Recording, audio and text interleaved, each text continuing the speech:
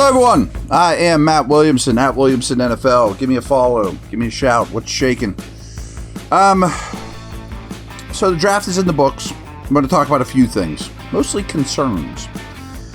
But another podcast I do, Peacock and Williamson on the Locked On Network. Check it out, please.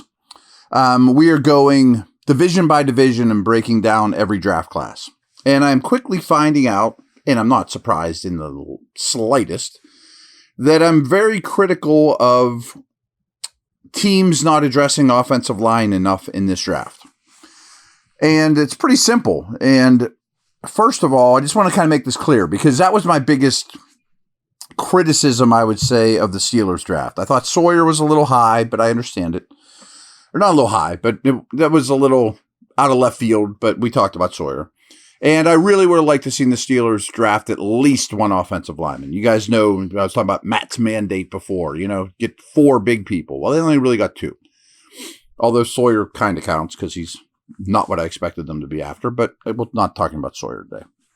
But what I really found is when you really start breaking down these draft classes all around the league, more so than in any draft I can remember, you had to pay an O-line draft tax.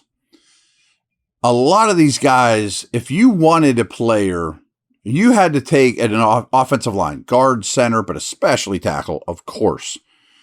You had to take him really at least around earlier than expected, or the consensus board would have said, there's that kind of shortage going on. So I can understand it a little more that the Steelers didn't take one, because I'm sure there was times they were interested, but wow, that's a little early for that guy. And then you look back and be like, they all went early. They all went early. And it goes back to my Dan Moore thing. If Dan Moore's worth a 3rd-round pick in compensatory world and $20 million, it's just supply and demand, folks. And so it really bothers me that the Steelers did not add an offensive lineman. But I understand it. I mean, again, this is only, you got to play the draft as it goes. You don't know this coming in. You know they're at a premium, but I didn't, and I bet they didn't think they would be at this premium. Which leads me to a couple, as we sit here, end of April, concerns with the current roster. I wish the O-line depth was better. I mean, Broderick Jones is your left tackle. Your 5 starting offensive linemen are set. They will have no competition, which I don't love that part. And the guys behind them are okay, but I don't see upside, and I don't see excitement from Calvin Anderson, Dylan Cook, Spencer Anderson, Ryan McCollum, Max Sharping. That doesn't move the needle for me. And inevitably, one of your starters is going to get hurt. I mean, those guys are all fine. None of them is going to probably develop into a big-time player ever. I don't think Siamalu is going to be back next year. These dudes are going to get called on to play at some point, for sure. So O-line depth has me concerned. O-line future, although obviously they've invested a lot of picks in the previous 2 drafts on offensive linemen, premium ones. But this is common around the league, to say the least. I think I've made that clear. But if you're going to have to go a long stretch of playing Dylan Cook or Ryan McCollum or Max Sharping, I don't love that situation at all. But that's where you're at, and that's where most of the league is at. So this is not just a Steelers-specific thing. But if, again, maybe Sawyer would have been an offensive lineman, I'd feel a lot better about it. I'm not picking on Sawyer. I'm just kind of targeting him, I guess, a little bit.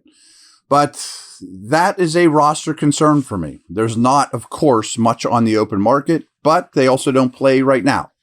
Some names will pop out.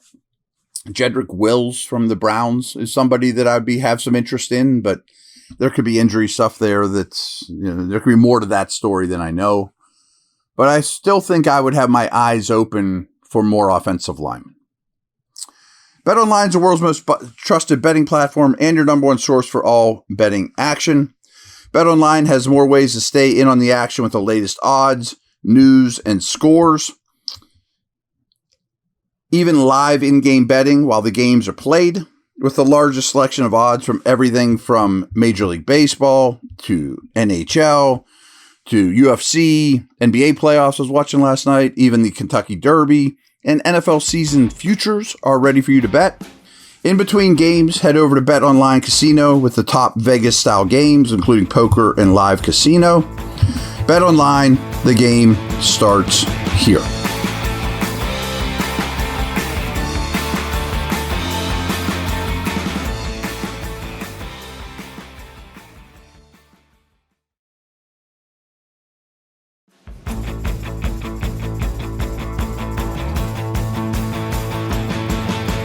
Another area of concern I'll get to in a minute, but I probably should have opened with the Steelers did sign Bobby Trees, Robert Woods, since we talked together again. And I'm cool with it. It's the money has not been revealed, but it's going to be like $2 million a year. It's going to be low. I'm sure there's very little or any guaranteed. If he doesn't make the team, he doesn't make the team.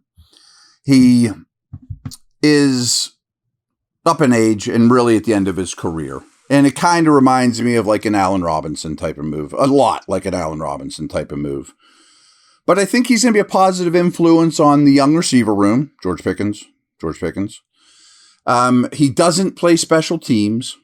He is inside and outside capable, but I would say more slot, more appropriate, or, better off to thrive as a slot corner or wide receiver than outside.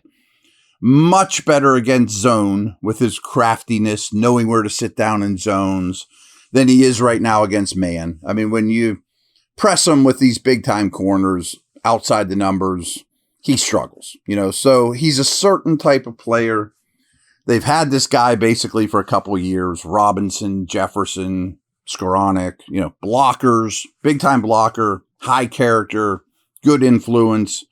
I thought another receiver should have been something they addressed. They did. I threw out bigger names like Keenan Allen, Amari Cooper, but this is a much scaled down version of that.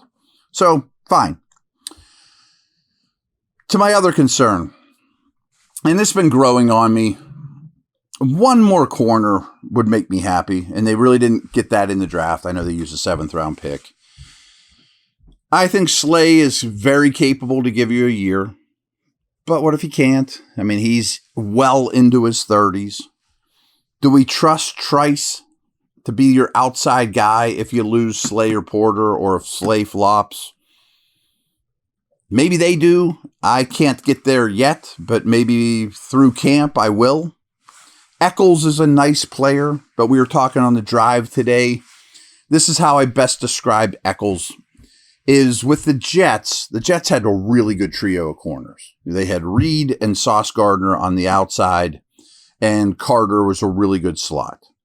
So Eccles, when everyone's healthy, was their dime back. 6 defensive backs on the field. He would be their dime back, their 6th defensive back, along with safeties. And he also, with those 3 corners, was basically the backup to all 3. So he could play a slot, he could play outside. Those guys are really good, so there's not a lot of shame in being behind Carter, Reed, and Sauce. But he could back up all of them. But, again, do you feel comfortable with him as your slot? Is he better than,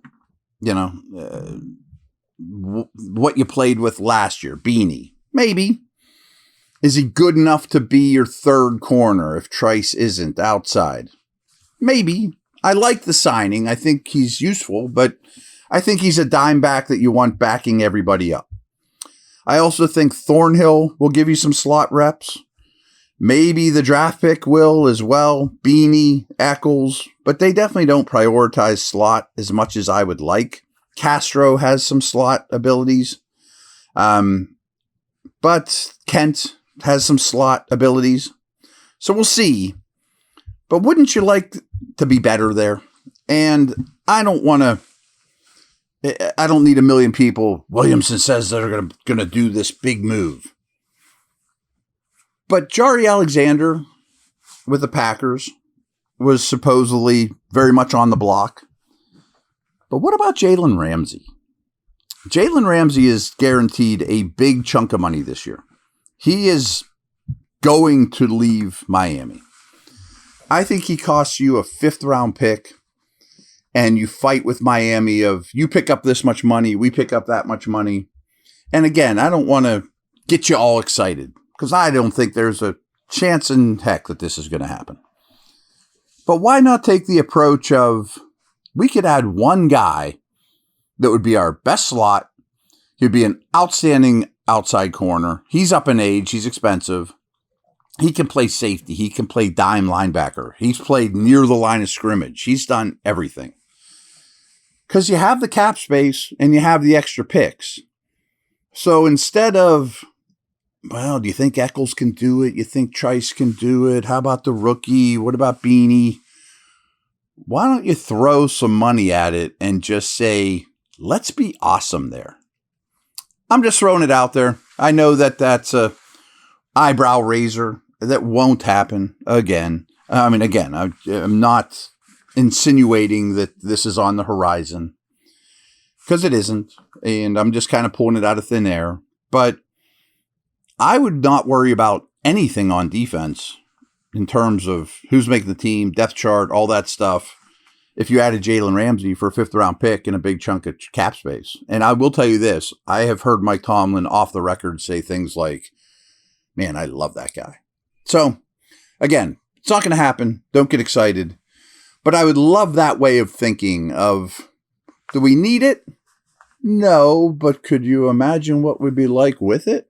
And he's not one of the best corners in the league anymore, but he's still really good and does a lot of things well for you, for a defense as a whole. And no matter what scheme he's been in or what he's been asked to do, I don't know. I just thought that was something that I would at least make a call or consider or have a conversation with inside the walls of the South Side over there. But again, corner and O-line to me are the spots that I'm worried about. Quarterback side, of course. I think that goes without saying at this point. So, curious your thoughts. I'm sure most of you will be like, yeah, go get Jalen Ramsey. Easier said than done. I get that. But again, I think it's something that, whoa, that's a splash move that you could still make after the draft. And they will add some more veterans, not just Robert Woods. All right, everyone, take care.